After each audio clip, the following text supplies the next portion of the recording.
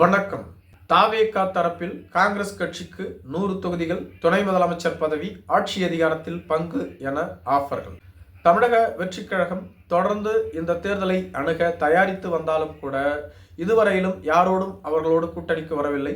தமிழக வெற்றிக் கழகம் ஏற்கனவே தங்களது பொதுக்குழுவில் விஜய்தான் முதலமைச்சர் வேட்பாளர், எங்களோடு யார் கூட்டணிக்கு வந்தாலும் ஆட்சி அதிகாரத்தில் பங்களிப்போம், மேலும் எங்களுக்கான தேர்தல் அறிக்கைகள் தயாரிக்கப்பட்டு வருகிறது. இந்த தேர்தல் அறிக்கைகள் அனைத்தும் அடுத்த 30 ஆண்டு காலம் தமிழக மக்களின் நலனை காக்கும் வகையில் இருக்கும்.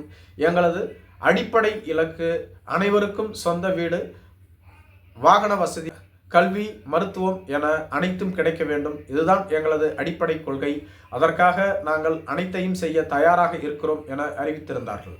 இதுபோன்ற சூழ்நிலையில்தான் விஜய் அவர்களின் இறுதிப்படமான ஜனநாயகன் படம் ரிலீஸில் சென்சார் போர்டு தொடர்ந்து முட்டுக்கட்டை போட்டு வருகிறது. இது நீதிமன்றத்தில் தற்பொழுது வழக்கு நிலுவையில் இருந்து வருகிறது. இறுதி தீர்ப்பு எப்பொழுது அறிவிக்கப்படும் என்பது இதுவரையிலும் தெரியவில்லை. இது போதாது என்று கரூர் பெருந்துயர சம்பவத்தை அடிப்படையாக வைத்து சிபிஐ விசாரணையில் விஜய்க்கு சம்மன் அனுப்பப்பட்டு 2 கட்ட விசாரணை முடிவு பெற்றுள்ளது. இப்படி தொடர்ந்து பாஜக தரப்பு விஜய்க்கு பல்வேறு விதங்களில் நெருக்கடிகளை கொடுத்து வருகிறது. அதற்கு காரணம் தாவேகாவை எப்படியாவது என்டிஏ கூட்டணிக்கு கொண்டு சென்று விட வேண்டும் என்பதுதான். விஜய்க்கு நல்ல செல்வாக்கு உள்ளது. அதை வாக்கு வங்கியாக பயன்படுத்தி கொண்டு வரும் தேர்தலில் தாவேகாவை நம்மோடு கூட்டணிக்கு அழைத்து சென்றால் கண்டிப்பாக நாம் வெற்றி பெற்று ஆட்சி அதிகாரத்திற்கு சென்றுவிட முடியும் என அவர்கள் நம்புகிறார்கள். அதே சமயத்தில் விஜய் அவர்களோ எனது தலைமையில்தான் கூட்டணி, நான் தான் முதலமைச்சர் வேட்பாளர் என்பதில் உறுதியாக இருந்து வருகிறார். இதுதான் அவர்களுக்கு பிடிக்கவில்லை. அதனால்தான் இத்தனை பெரிய பிரச்சனை என்று சொல்லப்பட்டு வருகிறது. மேலும் தாவேகா வலிமையான கூட்டணியை உருவாக்கினால் வரும் தேர்தலில் அதிமுக, திமுக என்ற இரு கட்சிகளுக்குமே மாற்று சக்தியாக மாற முடியும் என்று சொல்லப்பட்டு வருகிறது. அதே சமயத்தில் சிறிய கட்சிகள் அனைத்தும் திமுக மற்றும் அதிமுக பக்கம் சென்று கொண்டிருக்கிறார்களே தவிர தாவேகா பக்கம் யாருமே வரவில்லை. மேலும் தாவேகா தரப்பு தொடர்ந்து பல்வேறு கட்சிகளோடு பேச்சுவார்த்தையை நடத்தியும் கூட இன்றளவும் தாவேகாவோடு யாரும் கூட்டணி பேச்சுவார்த்தைக்கு வரவில்லை.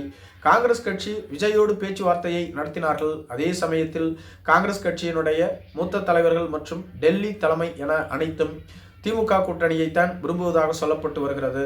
பிரவீன் சக்கரவர்த்தி அவர்கள் விஜயோடு 1 மணி நேரம் ஆலோசனை செய்தார். இதற்கு காங்கிரஸ் கட்சிக்குள்ளேயும் பெருத்த எதிர்ப்பு கிளம்பி இருந்தது.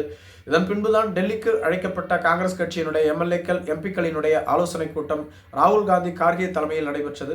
இந்த கூட்டத்தில் அனைவரும் ஒருமனதாக திமுக கூட்டணி என உறுதி செய்திருப்பதாகவும் அதே சமயத்தில் திமுகவிடம் அதிக தொகுதிகளை கேட்டு பெறுவோம் என்றும் வாக்குறுதி அளித்திருப்பதாக சொல்லப்பட்டு வருகிறது. மேலும் இது குறித்த ஆய்வுக் கூட்டம் சென்னையில் சத்தியமூர்த்தி பவனில் நடைபெற்றது.